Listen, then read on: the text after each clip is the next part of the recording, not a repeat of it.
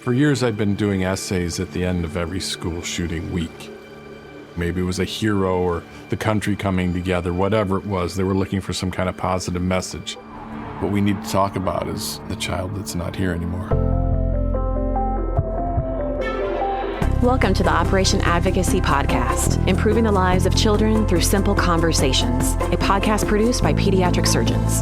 Participants in this podcast are not speaking on behalf of any organization, society, or institution with which they may be affiliated. Comments and views shared are independently their own. Today, the title of our podcast is The Power of Storytelling, from movie making to coalition building. Today's conversation is one that sits at the intersection of medicine, public health, and humanity. Your hosts today are myself, Dr. Leslie Nod, and my advocacy friend and colleague, Dr. Joanne Berg.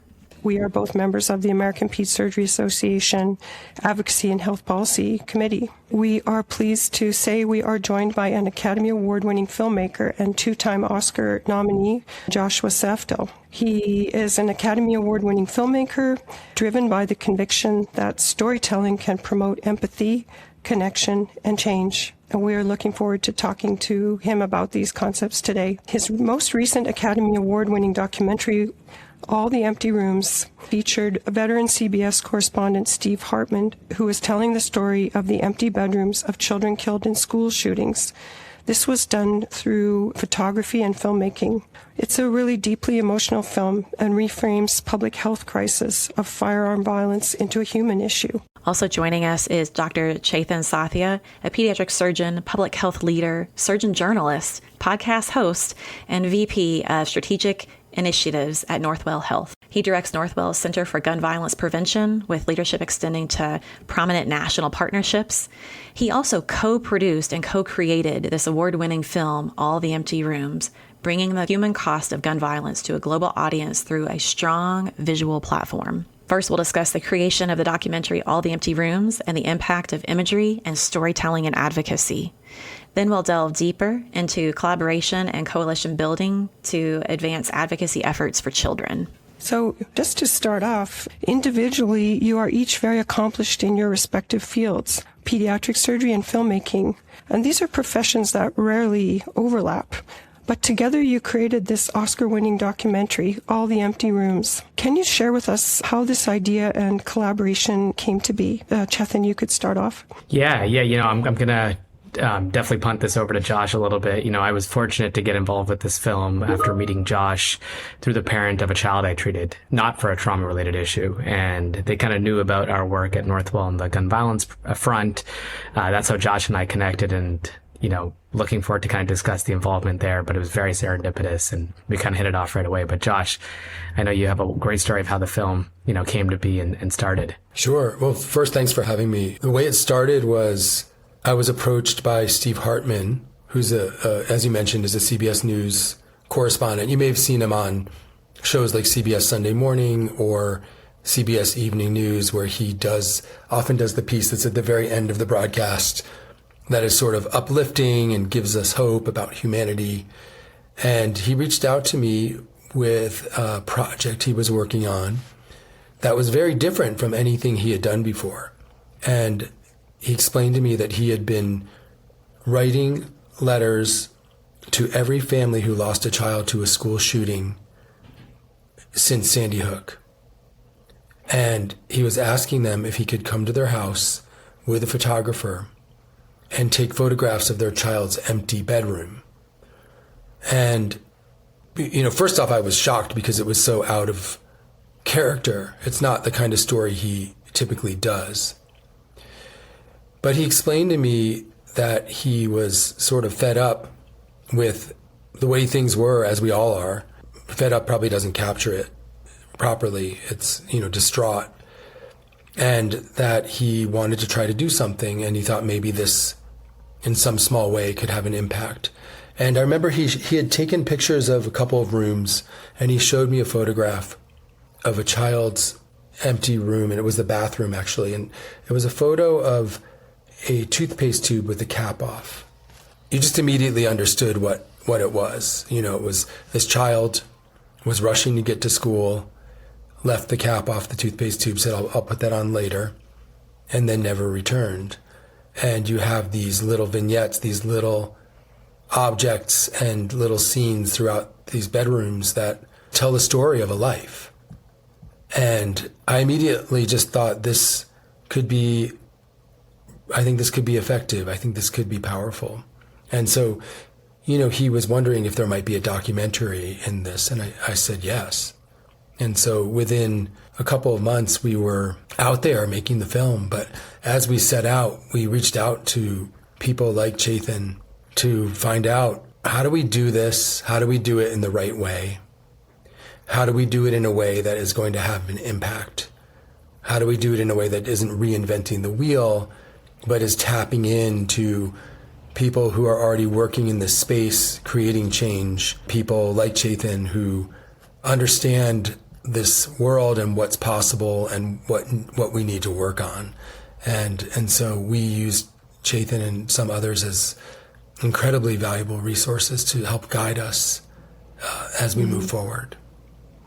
Yeah, thank you for that. And you touched on several things that I also wanted to explore with you and dig a little deeper. And the first one was just how you explained that Steve Hartman was experiencing a real moral dissonance. And he really explains that at the beginning of the film, how he had been encouraged that somehow he should turn things into positive for media, and that this was causing a lot of moral distress. It's interesting to hear you say that he was working through that and it was deeply affecting him, like to the point that he was writing to people. Overall, do you have a sense that, we are moving on faster after school shootings? We are forgetting more rapidly. And do you think that this media of filmmaking will somehow trigger a change with that rapid forgetting? Yes, I think it is true that many of us have become numb. And it's not necessarily our fault. You have over 100 school shootings a year. And we're just talking about school shootings, which is a tiny fraction of all the shootings that are happening, but they're the ones that probably get the most attention. So if we have more than 2 a week coming through our newspapers and the way we get news, at a certain point, I don't know if a human being is able to continue processing the fact that this is happening and that it feels like nothing is changing. And I think some people, we just reach a point where we don't click on the article anymore, or we look away, or we just can't process it. And I think what Steve was trying to do, and the reason that I wanted to make a film about it, is that I think if there's a way to process the empty rooms. I think there is an element of humanity there, shared humanity, that these rooms hold. You walk into these rooms and they look like a room you've been in before. They look like maybe the room you grew up in, or the room, if you have children, your child's room, or a relative's room. And the objects that we see throughout the room that we were photographing, the small little objects, a seashell, a toy, something tucked under the bed, we've seen all these things. There were things in these rooms that I had in my bedroom growing up.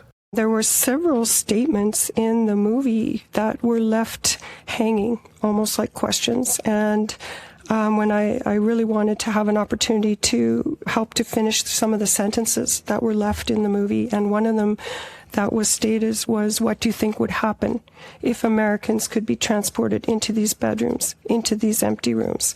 How would the national conversation change? And since you are expanding on how the emptiness of those rooms and yet how we can relate to them transports us there, I just was going to ask you to talk about that. And when I watched the movie, I almost felt like the emptiness was like its own type of character with the film.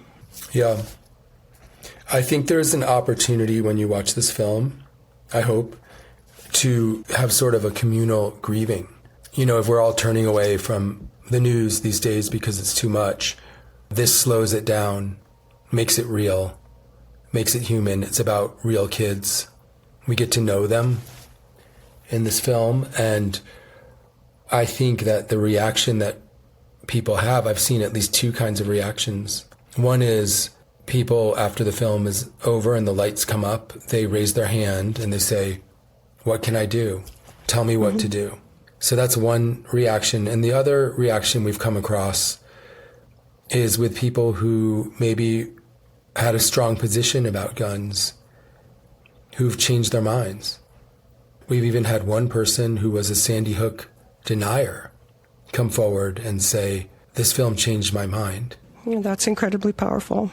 Joanne, I'm just going to add to that, having screened this movie, with Josh and his team in multiple parts of the country, even before it was released on Netflix, it was very evident that this resonates, just like Josh is saying, with families in a different way. Josh, I know you've had this experience more than me, but we've had people on both sides of the political aisle as well view this movie and as Josh is mentioning, just really look at it from a different lens. Because as you noticed, in this film, not once is the word gun or firearm mentioned. It's very much about what's left behind. And Josh, I think, we tremendously appreciate, when I first met you, I appreciated the angle you wanted to take on this. And that's what resonated with me. And I think Dr. Berg and Dr. Nod here as pediatric surgeons as well, we're just so trained to treat the kids and the families, but we don't often think about those rooms left behind. So I think it's a profound message for healthcare workers as well. Absolutely. And just to add to that, we talked about how our field is so incredibly data focused.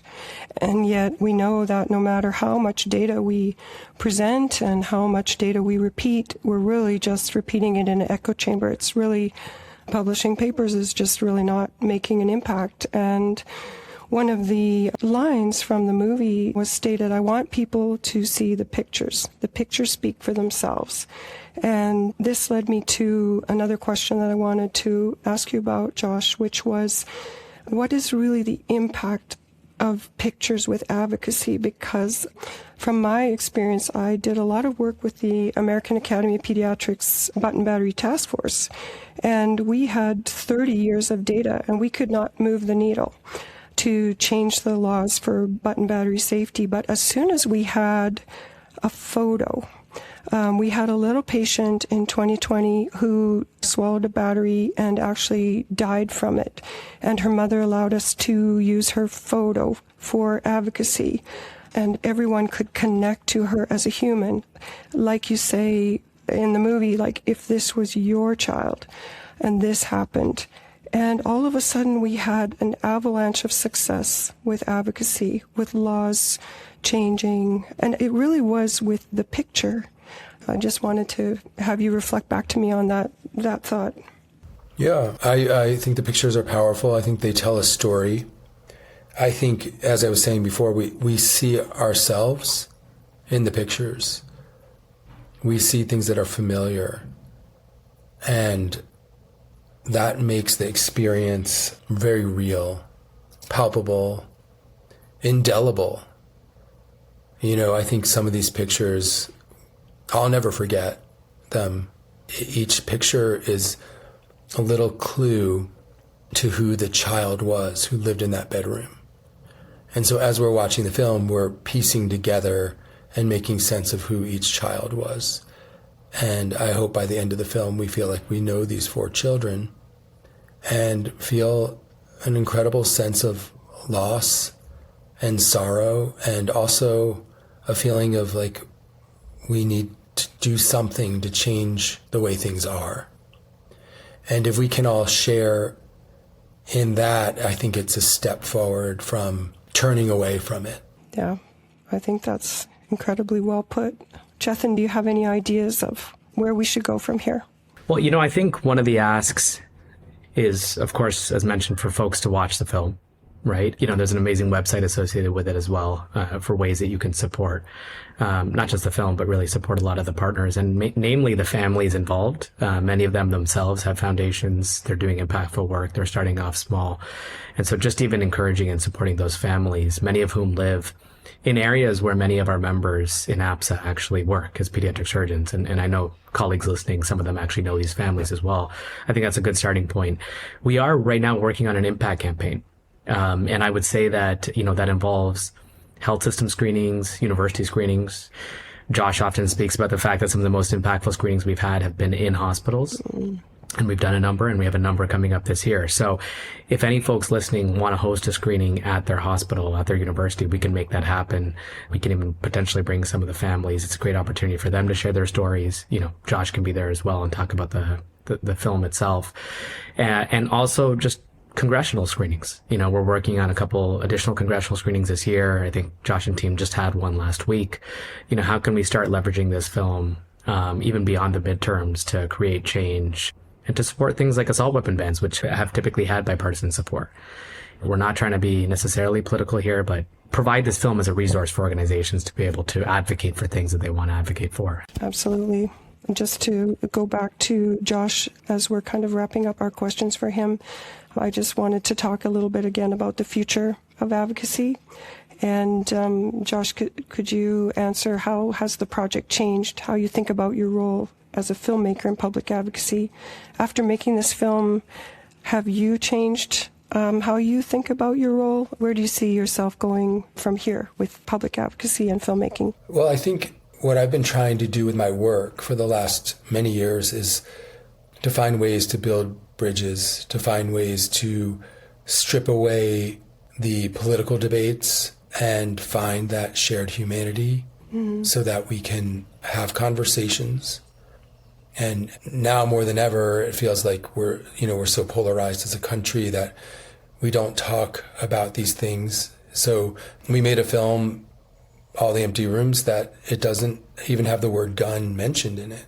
That was very intentional because we want people to watch it to the end. And even just saying the word gun in a certain context might turn some people away, which is sort of shocking but true, I think. I'm very hopeful that filmmaking and storytelling can serve as a way to bring us together.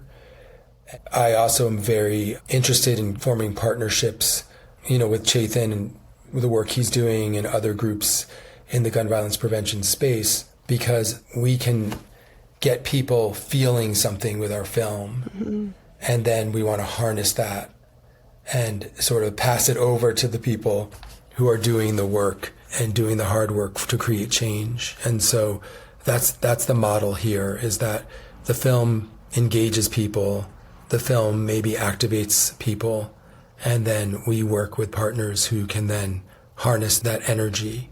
Thank you. Thank you for spending time with us today on Operation Advocacy.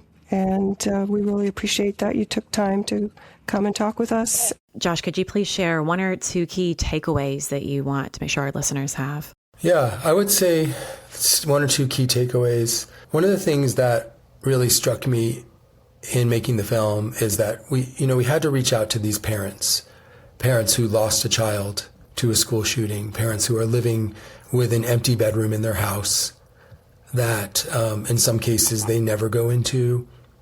They might keep the door locked even, and in some cases they go into all the time. But nevertheless, it's this incredibly sacred and kind of private place. And we were asking these parents if we could go in there and bring cameras. And that's a hard thing to do, a very uncomfortable ask. And at first I was dreading it. But what we discovered over time as we met more families and talked to them is that they want the story to be told, and they want their child to be remembered.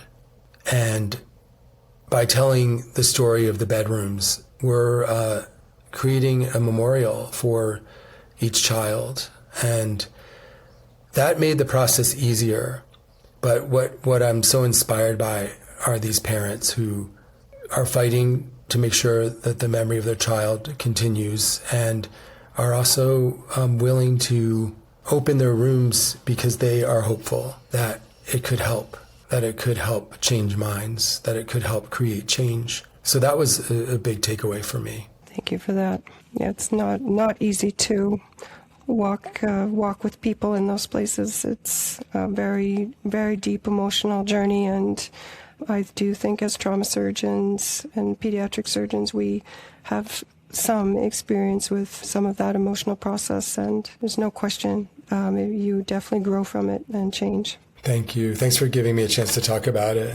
Thank you. It's wonderful having you. I've been typecast as, the feel-good, happy news kind of guy. I'm the guy that they bring in at the end to, restore people's faith in humanity.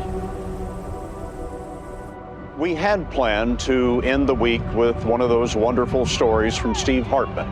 Steve has some thoughts tonight about this tragedy.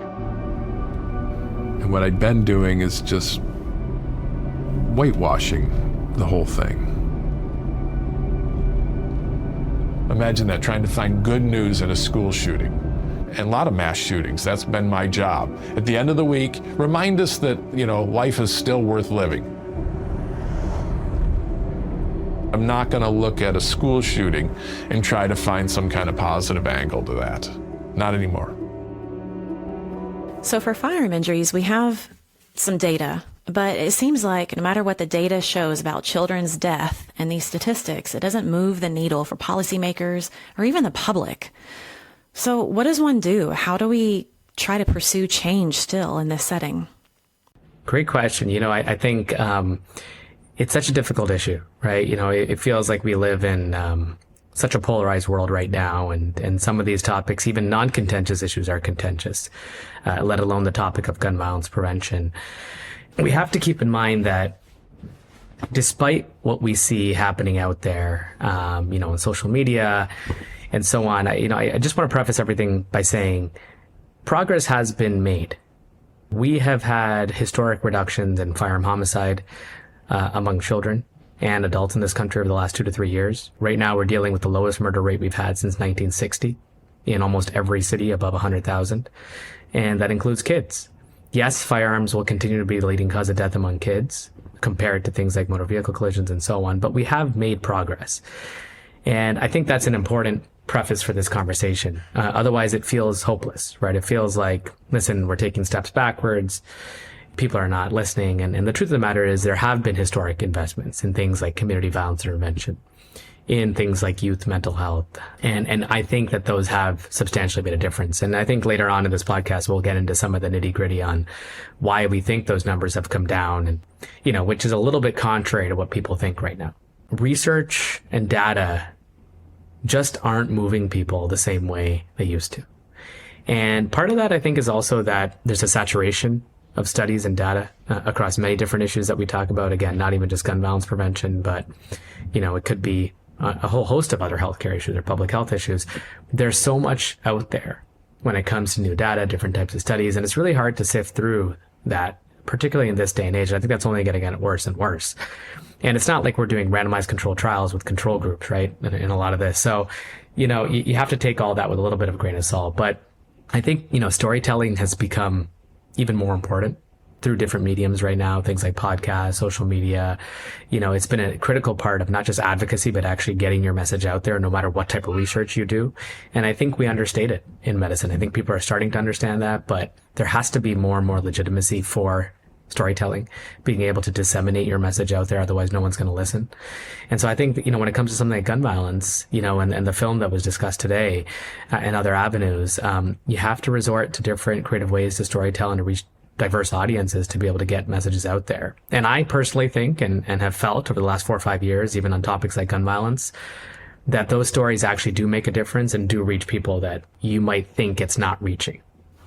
Yes, I agree with the importance of storytelling. And I think the science and the data can get to your brain and your head, but we need something that gets to the heart. And I think that's what this film also did, and what some of the coalitions that you were involved with that we'll talk about shortly are working to do, to work in a different platform, a different avenue that maybe it can make a difference. Maybe it can move that needle that we're talking about. Yeah. And this is where I think, I'd be curious to hear from both of you as well. But in public health at large, any of these issues we talk about, again, this podcast is not just focused on gun violence prevention, right? We're talking about many issues nowadays across public health that are contentious. I think we have to remember that nuance is very important. And I don't think we've done a good job of articulating the nuance of even a topic like gun violence. I can't tell you how many times I hear from colleagues, hey, we have more guns than people in this country. That is the problem. I don't disagree that that's part of the problem, but that's not actually the entirety of the problem whatsoever. If that were true, we would have the highest rate of gun violence we've had ever right now, which is not the case, right? And we can talk about that. Gun laws have become more lax over the last 3 years. More Americans are buying guns every year and year. So then why is firearm homicide going down so drastically? My point is that it's a very complicated issue, whether you're talking about mass shootings, suicides, interpersonal homicide, unintentional injuries. We have to be more specific in how we talk about solutions. Otherwise, we fall into this trap of just generalizing, and it creates automatic vilification of gun owners, of minority communities, and it just doesn't lead to a lot of productive conversation, I've found. This might be a good place to hear from Chethan about the Agree to Agree campaign and working with violence prevention advocates. Do you think, Chethan, that addressing the violence in humans and the propensity for violence and looking for ways to de-escalate conflict, is that something that we can make an impact? And the second part of the question, what can we do through storytelling to help people not to resort to violence? Yeah, I think we have been making an impact. Again, when you talk about these historic reductions in firearm homicide, the vast majority of that is in urban communities and has to do with mitigation of interpersonal violence among youth and kids. You ask yourself the question, why? Why have this come down? And I would say that we have made progress. There's been millions, billions invested into community violence intervention organizations, hospital-based violence intervention organizations. Many folks who are listening and a part of APSA have led the way. Again, these are community-based organizations that work hand in hand with individuals who are at risk of being in interpersonal violence, interpersonal gun violence, and they offer things like mentorship opportunities, job support, food security. If you think about the biggest drivers of firearm homicide in this country, again, just looking at firearm homicide, okay, not mass shootings, not unintentional injuries, but interpersonal firearm homicide, it tends to be in most cities lack of economic opportunity and lack of food. Just to reflect back to you on what you've just said, and this speaks to what Leslie and I have done as well with various aspects of advocacy work. We learned and explored that wherever we help to develop a community garden, the incidence of gun violence decreased. And so there is, like you're stating, so much complex interplay between people's environment. Like, how is their emotional world when they get up in the morning? How are they feeling with what the food they're eating?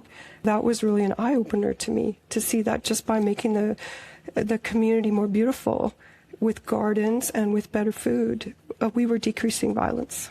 This gets to the point of the hospital-based violence injury prevention programs and also the community violence intervention programs. So looking at the whole cycle of your home, your work, your school, in the hospital, if you're a trauma patient, and how that interacts.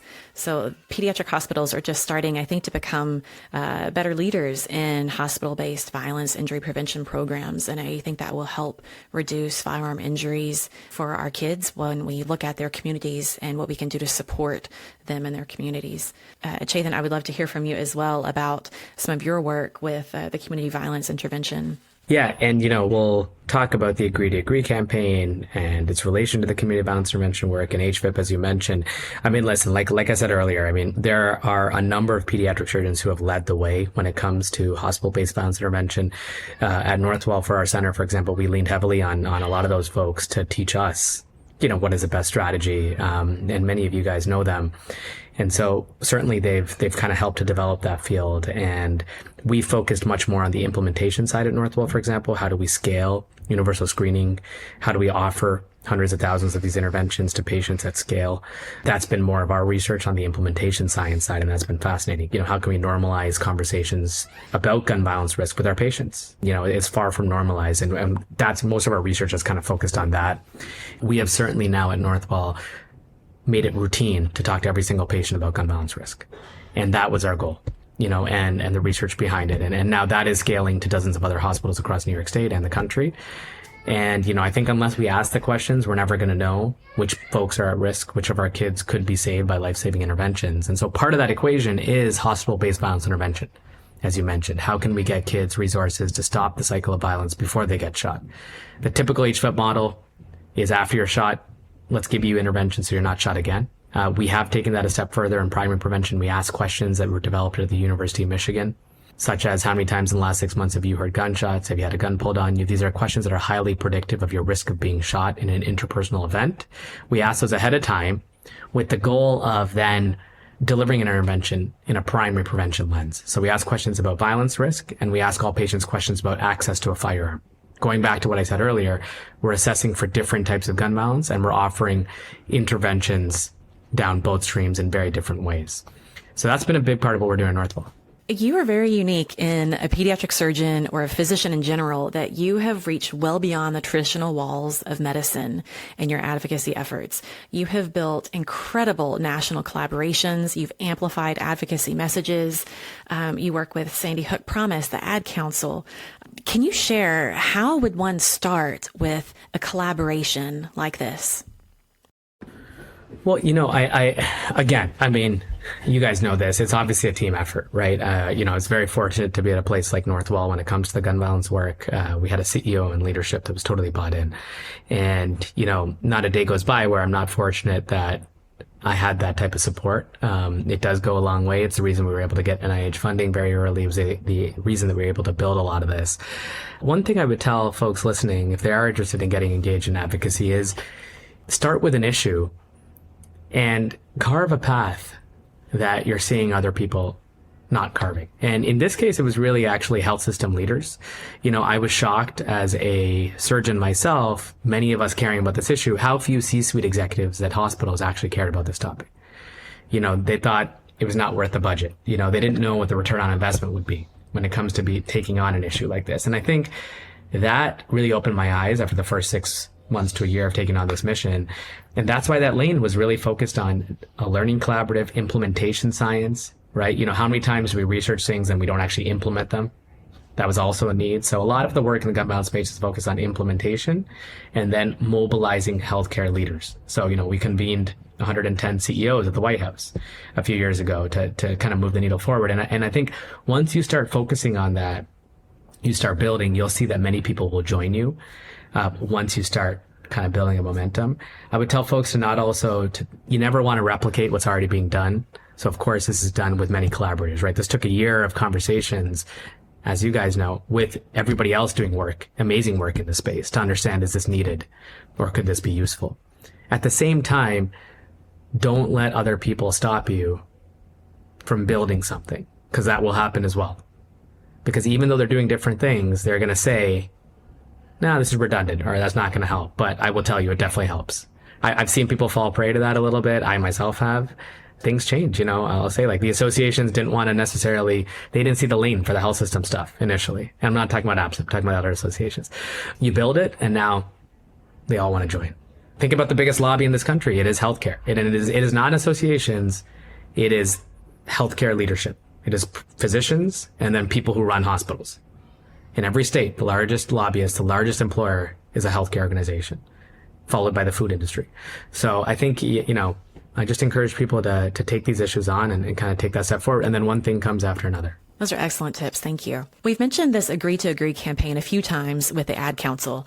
I'd like you to share a couple of key points from it. One, it seems like its goal is to accomplish engaging people with different views and finding common ground. So as we're tackling this issue with the film, with school shootings, with firearms being the #1 killer of kids in America, how can this campaign help us find common ground? How can it improve some of the conversations that we're having? Yeah, I think, listen, not any one of these initiatives is going to do that. But, together, I think they can move the needle forward on educating folks in different spaces. So, yeah, the film is one segment. The Agree to Agree campaign, is partnered with the Ad Council. So just for context, we have something called the CEO Council focused on gun violence prevention. This came out of our Learning Collaborative, but this is a more intimate group of about 62 health system CEOs that are very focused on this topic. They've developed a charter to take this on nationally. And they decided to be the first health system funded Ad Council campaign. And the Ad Council is the group that developed Smokey the Bear, right? They've launched some of the largest public health awareness campaigns nationally in history. The unique thing there is those health systems came together, funded this campaign. And the things that excite me the most, I think, about this Ad Council campaign versus the work they've done in the past, which has also been great, but is focused a lot with Brady on self-storage and suicide prevention, is that there's an entire stream here dedicated to healthcare workers, resources. How do you have the conversation with families? How can you implement this in your practice? Educating parents that, this is a conversation that should be had. And more recently, to Dr. Barg's point as well, there's a whole stream on community violence intervention. So I think this is the first national effort to raise public awareness on what community violence intervention is and what hospital-based violence intervention is. Most people in America have zero idea what that is. When they think stopping gun violence, they think law enforcement. They do not think community violence intervention. And that is what excites me the most, because I think this has the potential to start changing that narrative for people to think, hey, when you respond to a gun violence event, alongside law enforcement, you need community violence intervention folks to help de-escalate, prevent retaliation, to prevent further injuries from happening. And I think getting in that mindset, if you look at what we've done with changing the mentality around community mental health workers, right? They're kind of considered part of a police response now in many places. We need to do the same thing with CVI workers, and that's what's cool about the Agree to Agree campaign. Two resources I want to make sure I mention for our listeners as we're on the topic of school shootings. One is a Say Something Anonymous reporting system. This is from Sandy Hook. It allows multiple methods for students, parents, anyone to report something that may prevent a school shooting. Is to increase awareness of these programs as well in schools and for students is a good advocacy point. So the Say Something Anonymous reporting system link is in our Padlet in the description to this podcast, as are the Ad Council Agree to Agree campaign links. Another resource for our listeners that's available in the links in the description is a resource page for victims and survivors of firearm violence. So 2 things to check out for our listeners if they need them or want them. Chethan, I would like to pivot now to a part of our podcast where we have a policy watch. And there are 2 things I want to comment on. One that you mentioned was some of the work that you're doing with Medicaid and access to care. But before we do that, I would like to share some of the policies that we're keeping an eye on that can impact children, as evidence-based data has shown, includes secure storage firearm laws, called CAP laws, Child Access Prevention laws, the Extreme Risk Protective Orders, or ERPO laws, and again, raising the age to purchase a semi-automatic firearms and universal background checks. There's been some really good systematic reviews, including one that we did looking specifically at children and policies that can reduce firearm injury for children, that said these are the top 4 policies that we can focus on as we're looking at bipartisan legislation, as we're trying to make even state level improvements. So also in the links at the bottom of this podcast are some of those resources that even outline the state-by-state evaluation, and where if you want to be an advocate in your state, you can find what the policies are, where the areas are for improvement to strengthen these policies to help keep kids safe. Any comments you would like to share just on the impact of policy in keeping kids safe from firearm injuries? Yeah, I love those buckets. I think, those are hugely impactful areas. There's 2 comments. One is, I think when we think about policy, we have to also think about implementation. There's a number of states that have had CAP laws, child access prevention laws, in place for years. They're hardly ever enforced. Most parents don't even know they exist. If you look at other countries like Canada, there's strong liability legislation for parents if they don't store their weapons safely. I think public health means liability. You should be held liable for how you safely store your weapons. So if we can continue to work on that policy, in order to be effective, we also have to really work on enforcement. The same goes for red flag laws, right? Highly effective, number needed to save a life is like 11 based on the data. In places that it is implemented, it's effective, but it's sporadically implemented. There's bipartisan support for red flag laws, but now where's the enforcement? And so I think with every policy, we have to think about that. I would argue that we probably focus a little bit too much on policy getting things passed, but there are places where it is passed. How can we focus on enforcement? So just think about those 2 things together. And then the nuance is key. We did a study in JAMA that I can send the reference for as well, just around the correlation of gun laws and their categories and firearm homicide and suicide. Because a lot of studies out there show that states, for example, with stronger gun laws have lower gun violence rates. Okay, we all acknowledge that. But it doesn't make sense that states with stronger safe storage laws have lower rates of interpersonal firearm homicide. That just doesn't make sense based on the nuanced comment that I made before, at least in my mind. And so we actually drilled down, and it turns out that most gun law categories, like safe storage, background checks, things around, let's just call gun safety don't really at all impact firearm homicide. They do impact suicide. They do impact unintentional injuries. And we didn't have the number for this, but I guarantee it's going to impact mass shootings. Most of those kids get their guns from parents.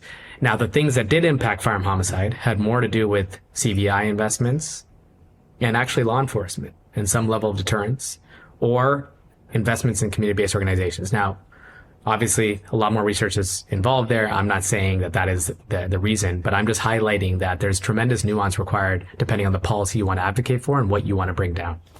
Shifting gears, in episode 2 of Operation Advocacy, we tackled the problems facing healthcare funding for children with Medicaid cuts from H.R. 1. Some of these hurdles could result in children and families that qualify for Medicaid coverage being uncovered. Can you share some of the collaborations that you've had on the state level to cut through some of this red tape, some of the benefit enrollment programs and specialty care access programs that you've worked with? I think there's two parts to that. So in the spirit of collaborations, again, as you start working in these spaces, you start to see where you can gather momentum and where maybe you can make a dent on things. And so on the specialty care access and pediatric access side, that is more around the fact that, with the cuts and even without the cuts, access to care is a big issue in this country, and it's only going to get worse. And there are a number of different populations that are struggling with access to care. Just like there are a number of different populations that are going to struggle even more with access to care after the Medicaid cuts come in because they're going to not even seek the care. The important intersection of work here that certainly I've been focused on over the last couple of years more so is the intersection between technology and public health and how technology can help solve some of these issues. So, for example, we launched a coalition called the National Specialty Care Access Coalition that now has 45 health systems, very focused on improving specialty care through technology for rural America and underserved urban communities. And that group is currently working on a white paper with CMS.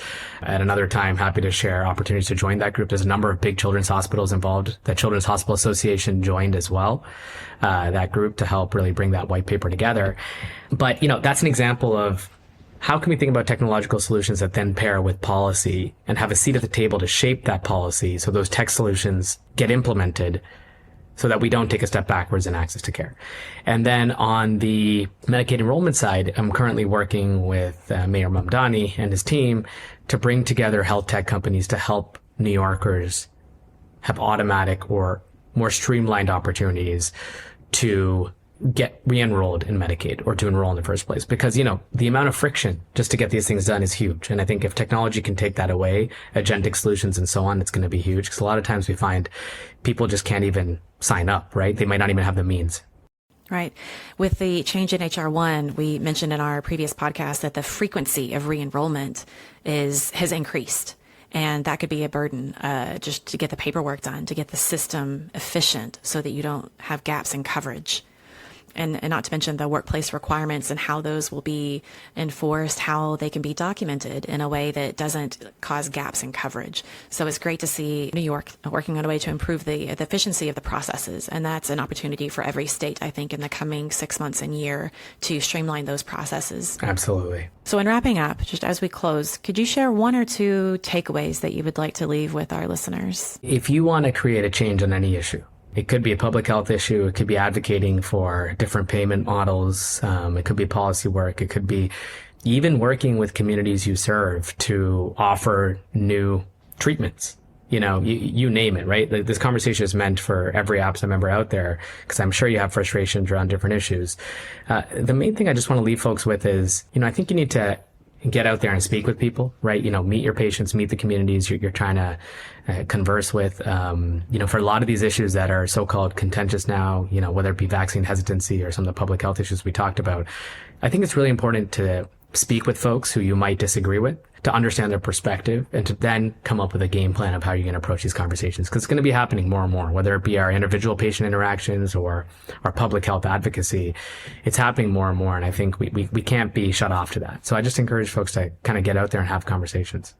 Dr. Sathya, Chethan, thank you for your leadership, your collaboration, and your relentless commitment to protecting children. Thank you for being with us today. Thank you, Chethan. Thank you both for having us. Please join us next time on Operation Advocacy for Healthcare Sustainability, Healing the Planet for Our Children. Thanks for listening. Make a difference in the life of a child. Advocate, but also please like and subscribe to our podcast. And if you want to make your voice heard, one way to do that is contacting your policymakers. There are some links below that can help.